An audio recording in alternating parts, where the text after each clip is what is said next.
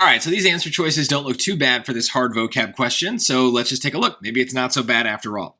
At the turn of the 20th century, Black residents of Richmond, Virginia had few formal options for banking and other financial services. So right away, few options sounds not so great.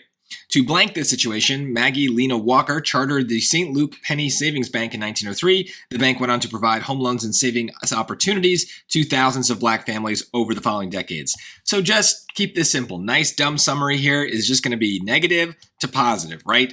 There is some sort of problem. They've solved the problem. Now, I would even just say, yeah, to fix this situation, that just feels natural. I'm not necessarily stealing that word from somewhere, but it's like very logical compared to what we've got around it. So prolong means to make something go on and on longer than it needs to. So that's actually going to make things worse if they're prolonging the situation. That's more of a negative word here. We want to kind of have a positive word. So rectify, you might not know. So let's leave that aside for a second. Retain means to keep. So in a way, I think of retain kind of as a positive word, but here it would be negative if we retained a problem. That means we kept it going. So we don't want to do that.